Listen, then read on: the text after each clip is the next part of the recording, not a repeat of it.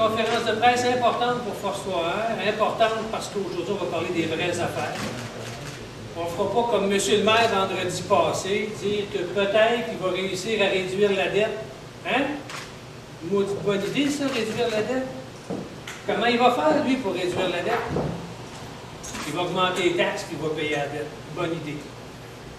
Moi, si j'étais à votre place, en tout cas, je ne laisserais pas un mégalomane averti prendre le soin de gérer la dette pour nous autres.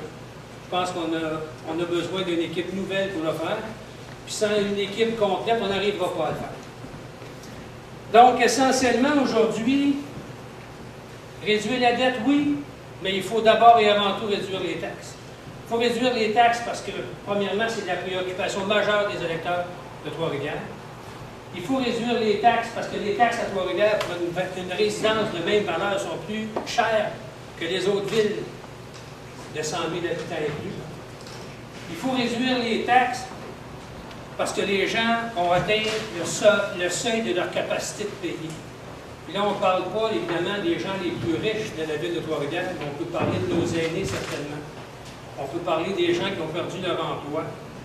On peut parler de beaucoup de personnes à Trois-Rivières qui payent des taxes et qui sont essoufflées de payer des taxes.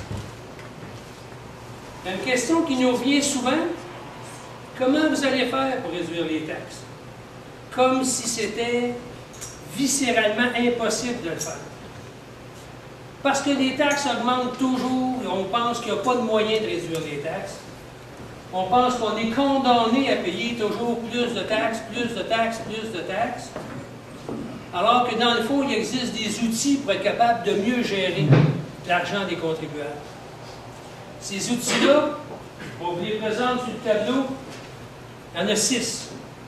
Il y en a d'autres, mais ces 6-là sont vraiment les outils qu'on va utiliser pour réduire les taxes des gens de Trois-Rivières. Ça peut paraître anodin, mais si on ne les connaît pas, ces outils-là, on ne peut certainement pas les mettre en application.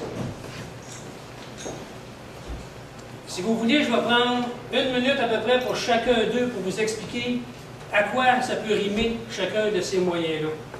Le premier qui est écrit au tableau, le budget base zéro. Un budget base zéro, ça consiste à questionner chacune des dépenses année après année. Alors même si on a eu un budget de 100 000 $ l'année passée, il n'est pas question qu'on prenne 100 000 $ plus 3 % pour l'indexer. On va revenir analyser depuis le début les dépenses, est-ce qu'elles sont nécessaires. Je donne un exemple pour illustrer ça. On engage 2 personnes parce qu'on a un projet spécial. Ces 2 personnes-là, finalement, au bout de 6 mois, 8 mois, 1 an, ils quittent l'emploi parce que leur mandat spécial est complété. Puis malheureusement, si on ne fait pas un budget base zéro, leur salaire va être encore dans le budget l'année suivante, alors qu'on n'en a pas de besoin. Alors ça crée des surplus budgétaires dans les départements. Puis ces surplus-là, qu'est-ce qu'on fait avec? On se dépêche de les dépenser à la fin de l'année pour ne pas perdre notre budget l'année suivante. Alors pour nous, c'est très, très, très important de défier les gestionnaires de la ville pour s'assurer que s'il y a un montant qui apparaît dans un budget à quelque part, qu'on puisse le justifier en tout temps. Le deuxième qui est indiqué, la croissance naturelle. Souvent, les gens s'inquiètent de savoir si vous baissez les taxes, ça veut-tu dire qu'on va arrêter d'investir? Ça veut-tu dire qu'on n'aura plus autant d'argent pour payer des services? Eh bien, ça, c'est faux. C'est faux parce que dans une ville, le maire le sait très bien, il fait son budget sur le réel, puis il prend tous les surplus, puis il rajoute ça à la fin d'année sur des dépenses, des fois anodines. S'il y a, par exemple, dans une ville sans propriété, qui paye 1 000 $ de taxes, ça veut dire ça qu'à l'année zéro, on reçoit 100 000 $ de taxes. Mais l'année suivante, s'il y a 4 nouvelles propriétés, il n'y a plus 100 propriétés, il y en a 104 payeurs de taxes. Alors, ça ramène 104 000 $. Alors, à chaque année, la ville de Trois-Rivières, comme toutes les autres villes, voit sa richesse uniformisée s'accroître.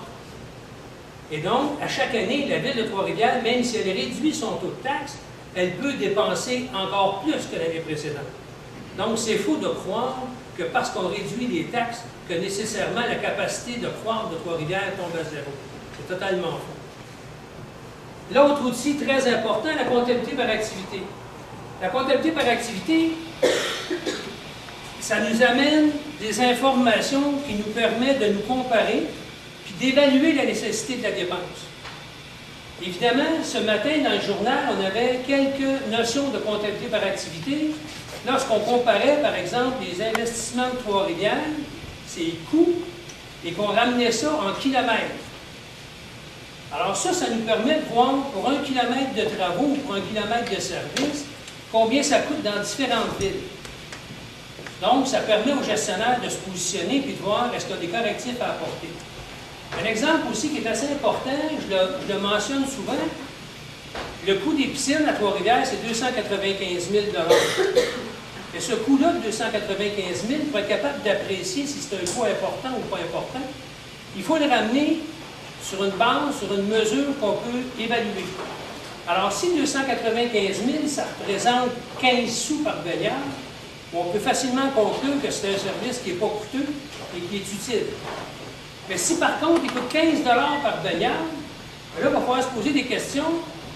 Pourquoi ça coûte si cher que ça? Est-ce qu'il y a une piscine qui est trop vieille qui coûte beaucoup plus cher? Est-ce qu'on a des piscines qui sont beaucoup moins achalandées qui fait que le coût augmente considérablement? Alors, la comptabilité par activité, c'est un outil qui nous permet de prendre des décisions judicieuses quant à savoir est-ce qu'on est compétitif dans le coût de nos services et est-ce qu'on a besoin de ces services-là. Le quatrième dont j'aimerais vous parler, la réingénierie des processus. La réingénierie des processus, ça nous amène à se poser la question suivante. Est-ce qu'on est suffisamment différent des autres pour justifier de faire différemment des autres? Alors, il faut revoir nos façons de faire. Il faut revoir s'il n'y a pas moyen de faire les mêmes choses à moindre coût. J'ai un petit exemple à vous donner aussi là-dessus. Si vous avez besoin, par exemple, d'une clôture chez vous, eh bien, sachez que ça prend un permis. Ce permis-là, il coûte 5 $. Mais si vous avez besoin d'un permis, vous allez devoir vous adresser aux communications de la ville, qui vont vous référer à un autre réceptionniste, qui va vous dire que vous devez vous présenter à un endroit précis. À cet endroit-là, on va vous donner une place pour vous asseoir, pour vous accueillir. Et puis là, bien évidemment, il y a un technicien que vous devez rencontrer. Ce technicien-là va compléter un formulaire à l'ordinateur. Après qu'il va avoir fini le formulaire, il va vous le faire signer. Après que vous allez avoir signé, il va compléter le permis, le fameux carton avec la bande rouge dessus. Alors, il va compléter le permis. Et après qu'il va avoir fini ça, il va vous émettre une facture. Là, vous allez sortir du bureau, vous allez devoir trouver la caissière qui, elle, va prendre votre paiement de 5 $, puis qui va vous donner un reçu. Alors, si on considère la durée du processus qui prend au moins une demi-heure, si on considère les coûts du processus d'obtenir un permis, alors qu'à peine 50% des gens vont chercher un permis, à quoi ça sert de maintenir ce processus-là pour aller chercher 5 $? Alors ça en est des endroits où la réingénierie des processus va nous permettre de faire des économies appréciables. Cinquième point, la revue du plan triennal des immobilisations. Évidemment, quand on regarde le plan triennal des immobilisations à Trois-Rivières, curieusement, l'année 1, c'est toujours la colonne la plus haute. L'année 2 est plus basse, puis l'année 3, il en reste presque plus. Comme si tous les besoins étaient urgents. Alors qu'on sait très bien que souvent, quand on n'a pas besoin, quand on n'est pas sûr d'en avoir besoin, de reporter l'immobilisation, ça peut faire en sorte qu'on n'ait plus le goût de l'avoir. C'est comme se lever un matin, aller magasiner des Mercedes, dire « Wow, j'ai vu une belle voiture », vous arrivez chez vous, vous en parlez avec votre conjoint dit « Ouais, Mercedes, c'est pas un peu cher? Oui, mais elle est belle, puis c'est ici, puis c'est ça. » Puis finalement, le lendemain, vous allez voir avec votre conjoint, vous êtes en amour, mais vous ne l'achetez pas tout de suite. Puis là, vous vous rendez compte que 3 jours après, vous dites « Bon, finalement, on n'a pas vraiment besoin de ça. » Puis peut-être qu'on devrait s'acheter une voiture familiale parce qu'on va avoir des enfants. Donc, le fait de retarder souvent les dépenses, ça nous permet de préciser nos besoins et d'avoir un meilleur contrôle sur nos coûts. On a actuellement, avec l'amphithéâtre, encore une fois, des dépassements de coûts. On a des dépassements de coûts parce que là-bas, la firme AGF, elle prétend qu'il y a eu 24 modifications de devis depuis le début des travaux. Pas 1, pas 2, pas 3, 24. Je pense qu'à un moment donné, une firme peut être bienvenue de redresser son prix avec 24 notifications. Puis quand bien même le maire Lévesque ne veut pas payer, moi je me dis, écoutez, un projet mieux préparé peut nous prémunir contre des dépassements de coûts comme celui-là. Bref, le dernier outil que je veux vous présenter, la politique de gestion de la dette, ça c'est un petit peu différent, dans le sens où ce que nous, on veut mettre en place, c'est une politique de gestion de la dette qui va limiter le montant de dette additionnelle que la Ville de Trois-Rivières va pouvoir prendre à chaque année. Nous voulons limiter le pouvoir des élus d'endetter notre ville. On veut le faire pour la génération qui va nous suivre. On veut le faire pour assurer la pérennité des services municipaux auxquels on a droit. Je vous fais remarquer que le service de la dette actuellement à Trois-Rivières est autour de 18 millions de dollars par année, avec des taux d'intérêt qui sont très bas. Qu'est-ce qui arrive si le taux d'intérêt augmente de 1, 2, 3 %? C'est pas beaucoup de 3 %, là. Mais 3 % de plus, là, ça va doubler le montant nécessaire au service de la dette. Doubler, ça veut dire qu'il y a 18 millions qu'on va prendre dans le budget pour rembourser de la dette. Mais moi, je m'excuse. De 18 millions, là, soit on va aller chercher des taxes additionnelles, soit on va couper des services. Alors, quand on dit que l'augmentation de la dette, ça vient nuire à la pérennité des services auxquels on a droit, ça, c'est le meilleur exemple qu'on peut donner.